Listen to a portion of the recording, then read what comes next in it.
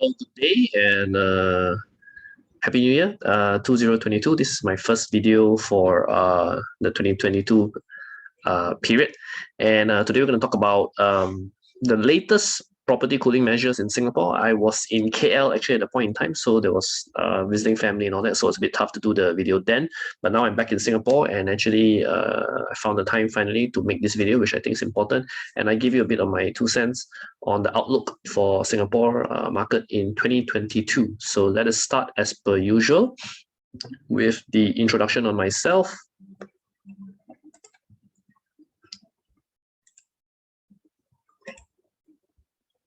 Director of Alpha Marketing at Ryan. Speaking in Malaysia. So my name is Ryan.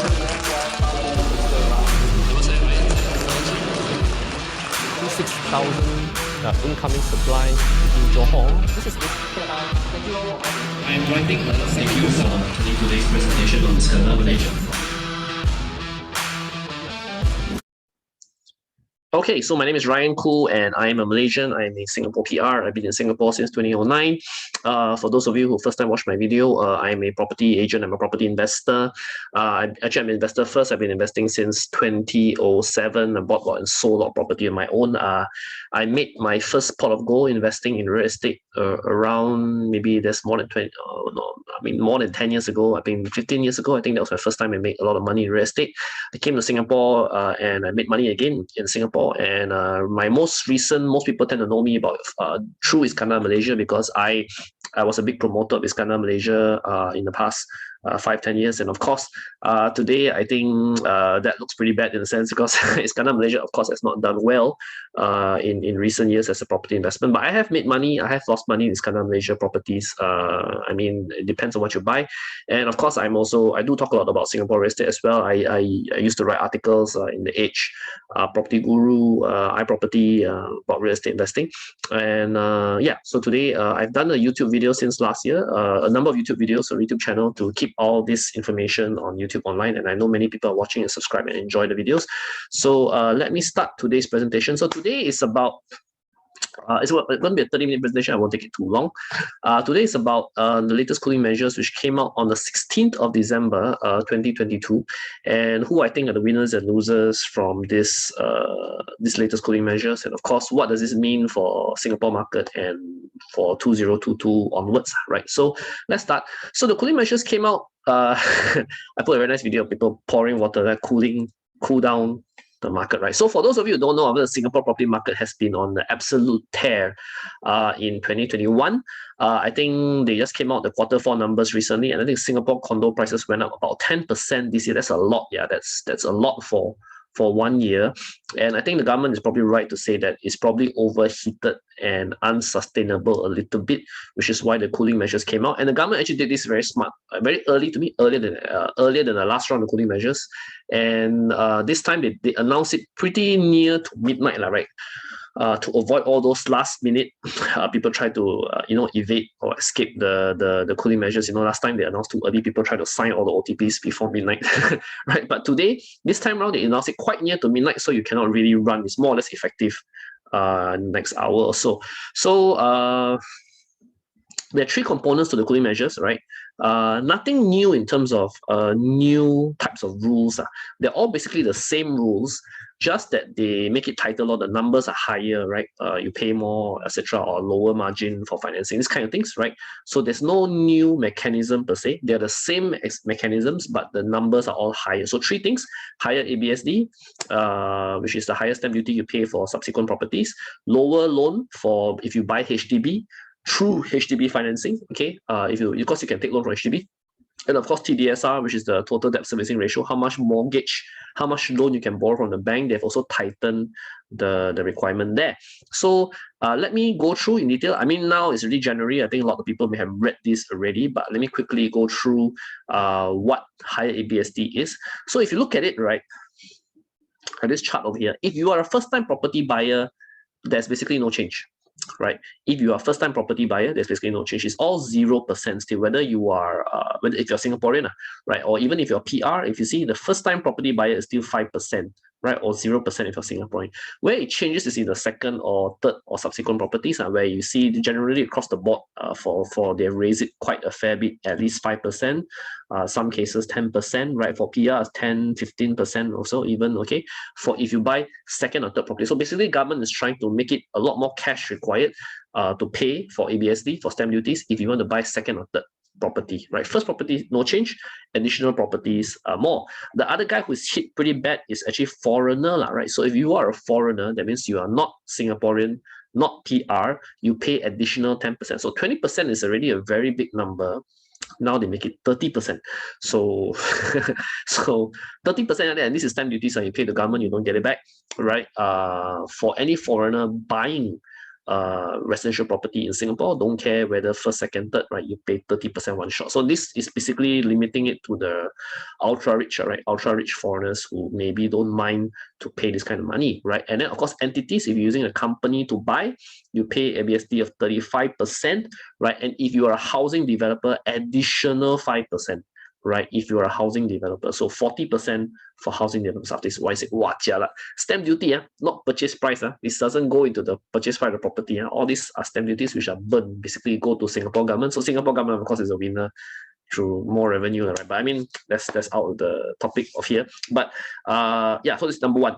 ABSD basically across the board went up, except first-time home buyers for Singapore citizen or PR, which is still the same. Okay, so next, loan to value. Now, loan LTV, basically, for those who don't know, is basically the loan, how much loan margin you can get, right? Normally, we talk about it in percentage. Now, if you buy HDB, you can take a loan from HDB, right? HDB itself just do finance buyers. You may say, or such thing. Yeah, I mean, some of you, if you're not Singaporean, you may not know this, right? HDB in Singapore just finance purchase. You don't have to take loan from the bank, you can take loan from HDB. One thing good about HDB loans is that they actually lend you 90%. Right, which is the interesting thing. So in Singapore, can you get 90% loan? Can, if you buy HDB and take loan from HDB. So, but now they make it 85. So there's a 5% drop, right? If you take loan from HDB, HDB will lend you 85 moving forward, right? For banks, it's the same. So banks, whether they finance HDB or finance private property, banks have always been maximum 75, and there's no change here. So this is a small cooling measure in a sense, because it only affects HDB. And we can say that it's not a very big change because 90 to 85% drop only for HDB purchase. We're taking financing from HDB. Okay, so this cooling measure number 2. Cooling measure number 3, right, is the TDSR. So total debt servicing ratio is basically how much of your income you can use to pay off loans, right? And all the loans, right? Housing loan, car loan, credit cards, everything. This is what we call TDSR, and it's normally calculated as a percentage of your income. So if you earn $10,000, when we say 60%, means no more than 60% can use to pay bank loans, right? You need the 40% to pay for other expenses like living and rents and makan, eat food, and transportation costs, etc. So this is mandated by Singapore government by law, right? So now they reduce it from 60% to 55%. Okay. So a 5% drop. So make it harder, right? You can say that the government's trying to be more prudent, that you don't want to stretch property owners from borrowing too much, right? This is one way, because they don't let you use too much of your income to pay off loans. Okay, so so TDSR is tightened a little bit, right? So 5% drop. So this is a cooling measure number 3. So in all, these are the 3 cooling measures that was announced on the 16th of December. Okay, I don't elaborate too much because you have probably read about it already by now, right? But in case you're not clear, you can always drop a comment below, right? I will explain to you if you don't understand any of the points which I have just mentioned about the 3 cooling measures. So in case you're wondering, or you're not sure, you've been living under a rock, you don't know why Singapore government doing this, right? Why is Singapore government issuing cooling measures? I think basically because, like I said, the Singapore property market has been very hot in 2021, right? And if you look at this is just a URA chart, right? I think up to Q3, if I'm not wrong, maybe up to Q3, right?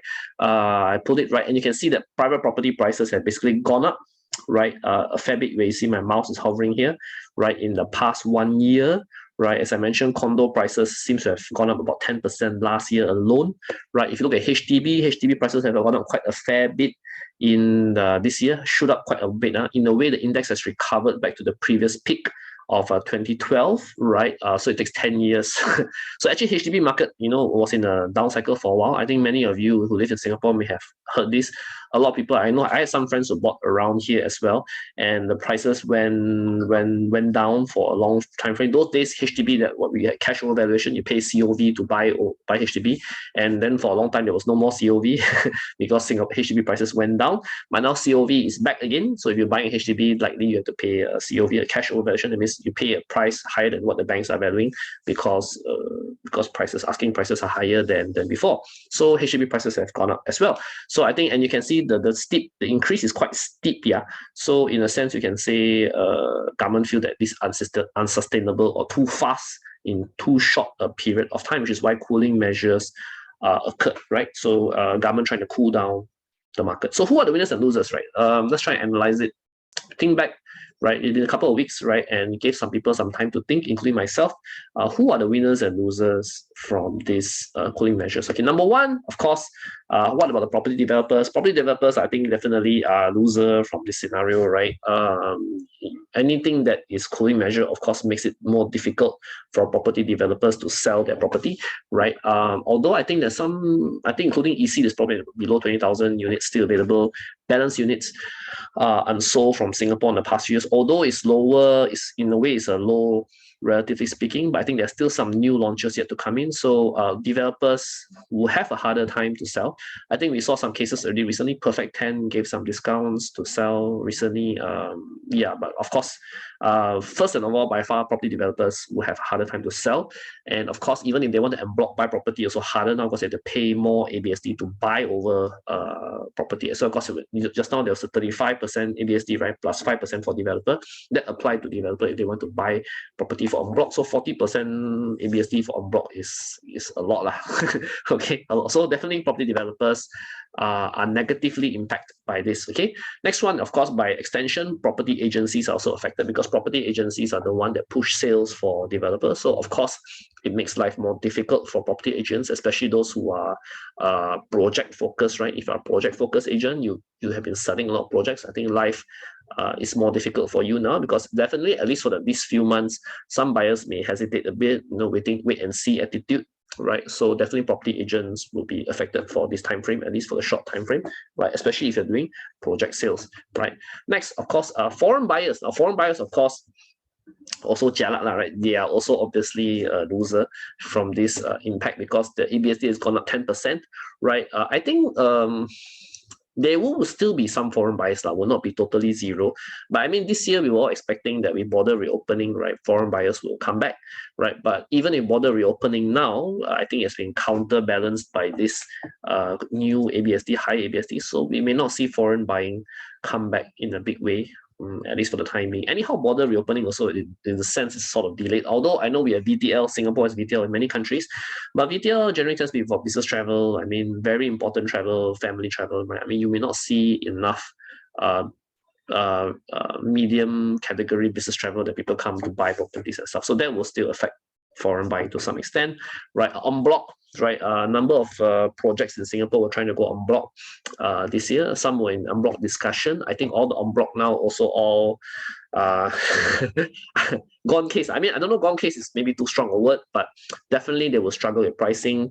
Developer will slash their pricing. What we're talking about 10%, because 10% pay ABSD, so developer slash their pricing by 10%. I think a lot of en-bloc owner don't know can stomach that kind of 10% drop in price. I think a lot of them will not meet their tender price, and it will become a private discussion, right? If the developers still want to buy, which I think a lot of developers probably will not buy. So I think in the last two cases, Shuntak is a Hong Kong-based developer. They did place a deposit for Elizabeth Towers in Orchard area. Now they cancel, they forfeit their 1 million deposit and they're a combination because they're a developer, they're also foreigner, they sell mainly to foreigners. So that's one example of where en-blocs are all very negatively impacted by this cooling measure. So en-bloc sale, I think quite short-lived this time. Only a couple of projects managed to en-bloc. I think maybe offhand, I think under 5. I could be wrong, but definitely under 10 en-bloc that managed to en-bloc in this in 2021, right? There were hopes that there could be more, but I think now seems like there will not be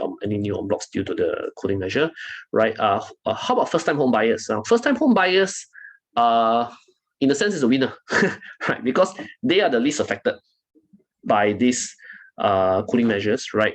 I mean, the only real impact to them is actually TDSR drop 5%, right? That affects everyone, including first-time home buyers. And if they are buying HDB and they want to take HDB loan, they have to take 5% less loan margin. So I think in a sense, why I say winners sort of is because, I mean, everyone's affected to some extent, but I mean, they are the least affected, right? First-time home buyer, very minimal impact to them. And in a sense, by cooling down the market, their chances of buying a property is better because, asking prices kept going higher in last year. So now these pricing expectations will be tempered down. So if they are looking to buy a home, at least they have more bargaining power in terms of price now, first-time home buyer. So if you are still looking to buy a house in Singapore, right, I think in a sense, you can now use this opportunity to be more aggressive on your price, to try and push your price down rather than push your price up, or at least get a price which is more reasonable compared to last year, where before the cooling measure, where prices may be more unrealistic to you, but at least for now it could be better because sellers will be more realistic because of the cooling measure. So they are a winner in that sense. First-time home buyers, least affected, and probably happy that the prices are slowing down a little bit, right? Another winner, I think, is commercial industrial property. If you're a property investor now, you will probably want to look at commercial industrial property because commercial industrial property are not affected by this ABSD, right? You don't pay ABSD for commercial or industrial. So a lot of investors will start to look here because, right, commercial property, very straightforward, don't pay ABSD, right? So they are not affected. And by being not affected by cooling measure, they become a winner because more people will naturally gravitate to them, right? Especially commercial industrial property where you can get high yield, like in some industrial property today, you can get about 4% yield, maybe higher, right? And quantum not high, and you don't have to pay ABSD, right? So people who want rental yield and want some property value, in a real estate, they can look at industrial B1, for example. I think that's a very common approach in the past few years, right? Another one that potentially might be a winner is foreign properties. I put here maybe because I think the issue is Singapore to foreign properties, that a lot of foreign properties marketed in Singapore in the past 5-10 years have not done well. I mean, like Malaysia, Iskandar included, right? I know I talk about Iskandar, Malaysia a lot, but Malaysia, Iskandar included have not done well. But so did Thailand, so did Cambodia, also didn't do well. Australia, Melbourne didn't do well for some time. I think now has recovered a bit. London also didn't do well for some time, but then recovered a bit. So in contrast, a Singapore property has done very well. So I mean, a lot of Singaporeans now swear off foreign property. You don't want to buy foreign property because foreign property don't perform, right? But again, we have seen it before many times, right? That whenever there's a big cooling measure in Singapore, there will be some shift away to other asset classes, and foreign properties are often a beneficiary, right? People want to buy foreign property because Singapore become ridiculous. You cannot buy Singapore already, right? But there's a caveat here because number one, borders are still closed, right? COVID-19 is still here, and I think a lot of people will not buy unless they can see or they have some confidence that economy is recovering when COVID-19 is over. So foreign property may not see an immediate upside, right? Because of COVID-19, right, and border closure, right? But maybe they are probably a winner, right? As I said, we've seen it very happen before in the previous cycles, a shift to foreign property when this happens, right? Some consideration, right? I think I added this slide because I wanted people to help. I want to help people understand why government do this, right? And why government, of course, we know Singapore property prices are going high, right? But Singapore government probably has some other things on their mind. Number one is that because of COVID-19, a lot of HDB construction has been delayed, right? Even new HDB not yet built, also all the time frame now become like 5-7 years, right? Used to be maybe 4 to 5 years, now become 5, some cases 7 years to complete HDB. That's very jialat. You buy HDB, you BTO, you find a wife, you want to get married, wait 5-7 years to get key. I mean, there are so I think even though government subsidize or waive waivers, bring foreign worker, all that, right, you will not still build a HDB immediately, right? I mean, construction still take years, right? And because of COVID-19, HDB supply will still be short, right, for the foreseeable future, right? For the short to medium term, HDB supply will still be short, right? And no matter what government do, also the HDB will not grow overnight, right? So will not be built overnight, right? So this is a problem that will be here to stay, right? And I think government also have of two minds because sometimes they don't want to build too much HDB because I think maybe they're thinking about future, whether population will age too much. There are a lot of considerations from the government side. But I mean, my point here is number one, HDB is under supply right now and will not be resolved quickly, right? Number two is very likely, economy will recover this year, right? I don't know, we don't know how much it will recover. It might be a patchy recovery, a lot up and down in 2022 due to COVID, but definitely economy this year should be better than last year, globally as well as for Singapore, right? And when that happens, very likely interest rates will go back up again. I think, of course, Singapore government doesn't control this fully. A lot of it depends on the US Federal Reserve Bank, but I think Singapore government is mindful that they are worried too many people buy property, take too much loan, and don't know whether they'll be okay if interest rates go up. So that's also part of the reason why Singapore government introduced the cooling measure. And actually, these two factors also affect my so-called outlook for 2022. Now, if you ask a lot of, if you read all the news articles and what all the agencies and analysts have been saying, right? They just basically, the general answer is 2022 prices will go up, but not as much as last year. That's the general answer, right? That prices will still go up, but not as much as last year, because last year was simply 2021 was basically a record year, unsustainable. Cannot have every year go up this kind of price, right? Because it's too much. It's too much, right? And of course, some people are happy, but there are also many people who will not be happy, right? Especially those people who genuinely want to buy a house, because the property price go up faster than incomes can go up, right? So of course, gazing into a crystal ball is not easy, right? It's not easy to predict all this to some certainty. I still remember those days when I first come to Singapore, right? People say, "Oh, the sale Marina Bay 900 per square foot, very expensive. Who gila go and buy, right?" And I still remember 2013, people queue to buy Bedok Residences 1,003 PSF. People say, "Wow, gila 1,003 PSF. Who gila go and buy Bedok Residences 1,003 PSF?" And then later there was the Crest. I still remember 1,008 PSF. Gila who buy, and then I still remember SP Setia bought Upper Bukit Timah land. I think today is called I forgot the project name. Also, I thought they overpaid, right? But time and time we have been wrong, right? As analysts, as property investors, that Singapore property has been very able to maintain upward momentum for a long time, even though there are periodic downs, but the down has been quite short, and then recover soon enough. So I mean, Singapore property has defied all expectations in that sense, right? He has never so far in the past, past 15 years or so that I've been in Singapore, right? I mean, I've not seen a proper downturn in the Singapore property market. I mean, there's short ones, but like I said, prices have gone up. So how do you predict 2022, right?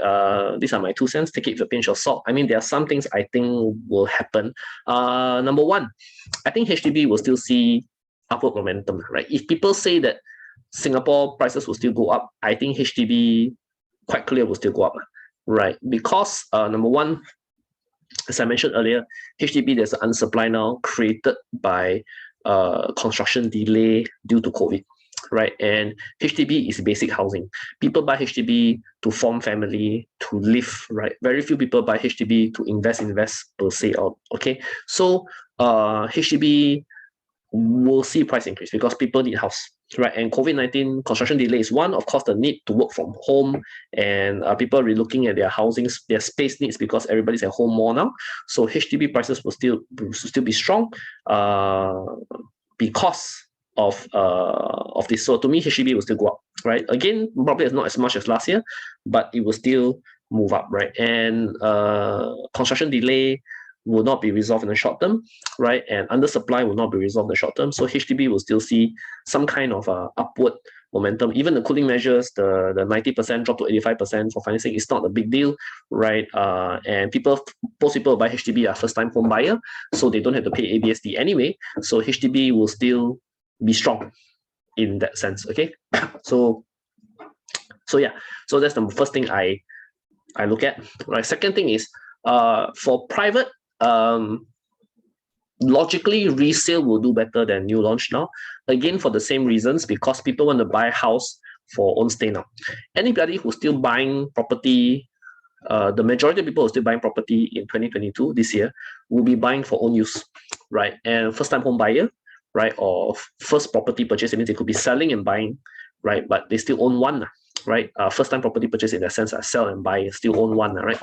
So they don't pay ABSD, and they are doing so because they have a need for the house. So this type of people means they want to buy resale because want to move in, right? Have to be able to use must move in. Cannot buy new launch and wait 3 years, 4 years, right?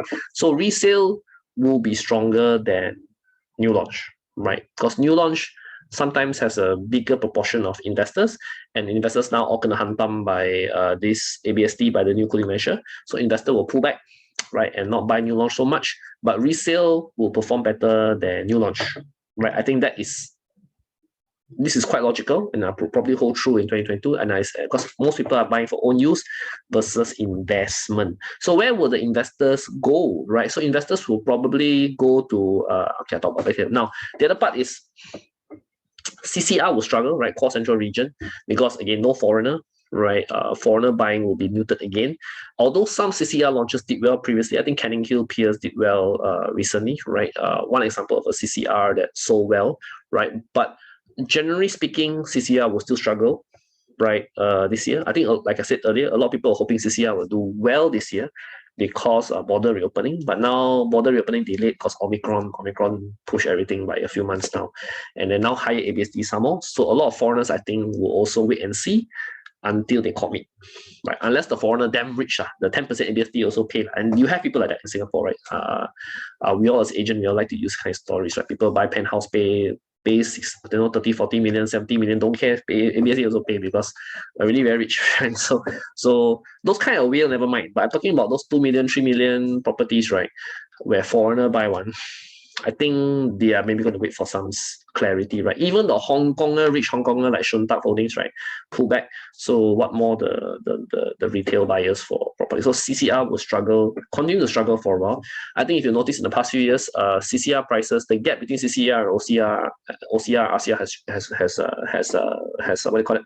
Dropped, right? So now OCR, RCR, and the rest of Singapore prices are almost like CCR already. So that's why we were looking at CCR. There's a value there because the price differential not big, but I think now seems like will struggle for a while at least, right? Investors, as I said earlier, so just now I switch the slide. So investors will go where? I think investors will definitely go to commercial industrial because like I said, border not open, so they will not look at foreign property so fast. But commercial industrial will definitely have more attention. And as I mentioned, only pay ABSD is the simplest reason, right? You still have money, you want to buy something in Singapore, but don't want to pay ABSD. Commercial industrial will now get more attention, right? And I think a lot of people should try to do this year is try to lock in the interest rates for your loan because very likely towards the end of this year, if not end of this year, then probably early next year, Jerome Powell, who's in the slide over here, the chairman of the Federal Reserve Bank in the US, will have to raise rates. It all depends on how fast the economy recover globally, right? But once it does, I think interest rates are on the way up, right? May not be a lot, but it's a signal, right? Because they've been going down, now they can go up. Now's the time for them to prep for going up again. So if you do have a bank mortgage, try and lock in a fixed rate loan. Okay. Now, what if you need to buy, sell, rent in 2022? Right? I have a property. I still need to buy, sell, rent 2022. What do I do? I mean, go ahead, do what you want to do. I mean, if you need to buy, and you still have to buy, right? If you need to sell, want to sell, go ahead. I mean, right now in January, it's probably too early to say that Singapore prices are going to go up or go down in any significant way, right? We probably, I mean, if you ask me, we will at the very least be flat, right, for this year. Because, I mean, no one really knows for certain. Of course, those points you said earlier, to me, I think they're quite logical. Will sure happen one, right? 80-90% chance those points I highlighted earlier will be correct, right? But if you need to buy, sell, rent, you go ahead and do it because I think people will still buy, sell, rent. When the need happens, Singapore is a big city, it's a global market. A lot of people will need to, have real estate requirements, and you go ahead and do it, right? Don't worry too much. Go ahead with a plan, set the price, see how it is, adjust as you go along. So so that's my tight 2 cents for Singapore property outlook for this year and my brief description of cooling measures. I hope you enjoyed this video. If you like what I have to say, do subscribe. Click on like, subscribe this video below, and do watch out for my new videos. We will talk about as much about real estate topics as possible. If you have any questions, do drop a comment below, or if any video you'd like me to do in particular, I can do a video for you. And thank you very much.